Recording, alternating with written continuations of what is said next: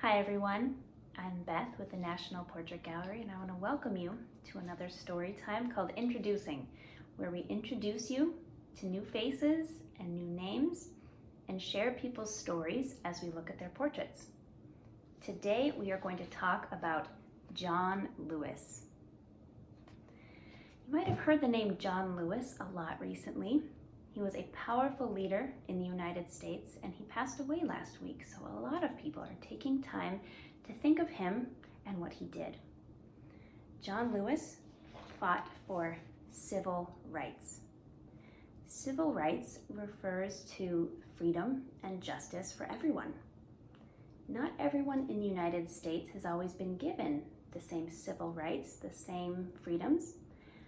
And so John Lewis spent his whole life fighting for African Americans, Asian Americans, people who moved here from other countries, people with disabilities, many groups John Lewis fought for.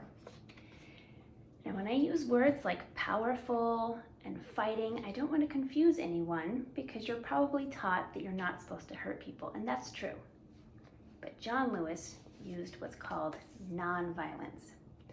Nonviolent fighting means that instead of using your fists or hurting people, you use powerful words and peaceful actions to help change people's minds. John Lewis used nonviolence through his whole life to fight for civil rights, particularly for African American people. He called nonviolence a way of life. So let's look at a few portraits of John Lewis and see how he practiced nonviolence. This is John Lewis as a young man. What's he doing here? He's gathered with a group of young African American people. Looks like they're outside. These three in the center are kneeling. It's a moment of stillness. I imagine that if we could enter this scene and be there with these people, that it would be very quiet except for one voice. John Lewis's voice. As he kneels down, his head is bowed, his eyes are closed. It looks like he's praying. This is what's called a vigil. A vigil is a type of nonviolent action. It is when a group of people gather together and pray or meditate for one specific purpose.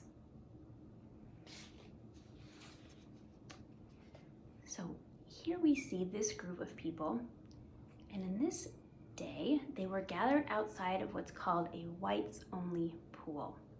That meant that somewhere nearby, perhaps just behind this red brick wall, groups of white people and white families were able to get out of the heat and enjoy a swim in the community pool. Black people and black families, just because of the color of their skin, were not able to participate in that same activity. They were not able to swim in the city pool. So instead of swimming, John Lewis and his friends gathered outside of the pool for a vigil. They knelt down and prayed. John Lewis believed in God, and he believed that the same God who heard his prayers heard the prayers of people from all over the world, all different races, all different skin colors, all different religions. What do you think he might have prayed for? I wonder if he prayed for safety, since so much of his nonviolent action was met with violence. I wonder if he prayed for an end to segregation so that black people and white people could learn together, eat together, travel together, and even swim in the pool together.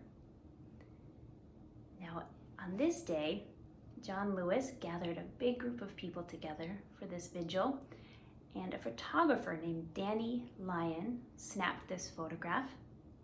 And with this photograph, he made this poster. This poster says, "Come, let us build a new world together." What kind of new world do you suppose John Lewis wanted?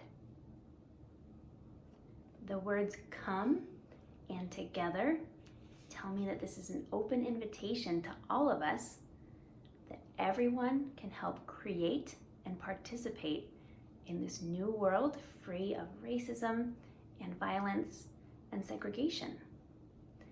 That is the new world that John Lewis fought for his entire life. So now let's look at another photograph of John Lewis fighting for this new world. Here we have another photograph, this one taken by a man named Steve Shapiro. This is an even larger group of people. You see row after row of people. They are all walking together. This is called a march. So a march is a kind of peaceful protest. A protest is when people see something that they think is wrong and they fight to make it right. They call it out and then try and change it. A peaceful protest is when people use nonviolence to fight against injustice. So in this case, this group of people, they are all marching for voting rights. This was in 1965.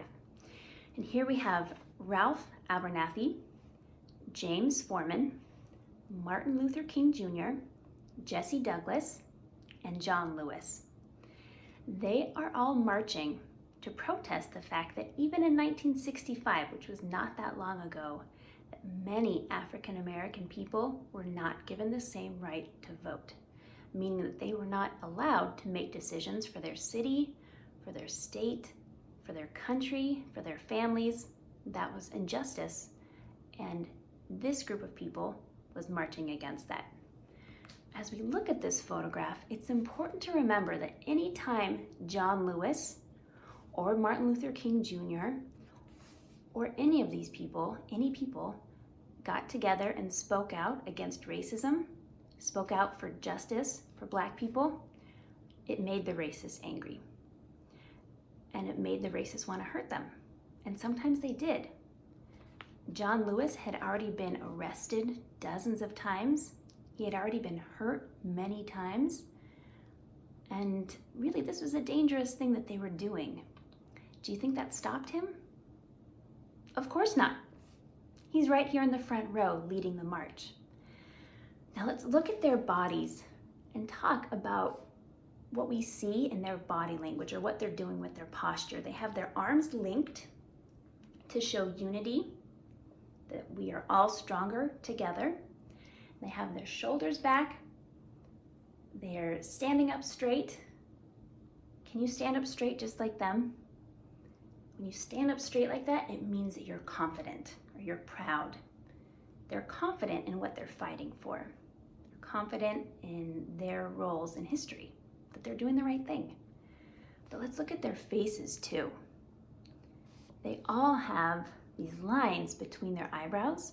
These are called furrowed brows. Can you furrow your brow? When do you make a face like this? Oftentimes when people make a furrowed brow, it's because they're serious. And this is a very serious matter.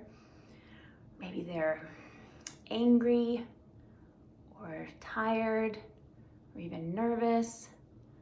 I think if I were marching on this day with this group, I would be feeling all of those things, but they kept marching forward. John Lewis continued his fight for civil rights for his whole life, including 40 years in the United States government, many of those years as a leader in Congress in Washington, D.C., but he never stopped speaking out. He never stopped telling people that what they were doing was wrong. And that leads us to the last phrase, good trouble.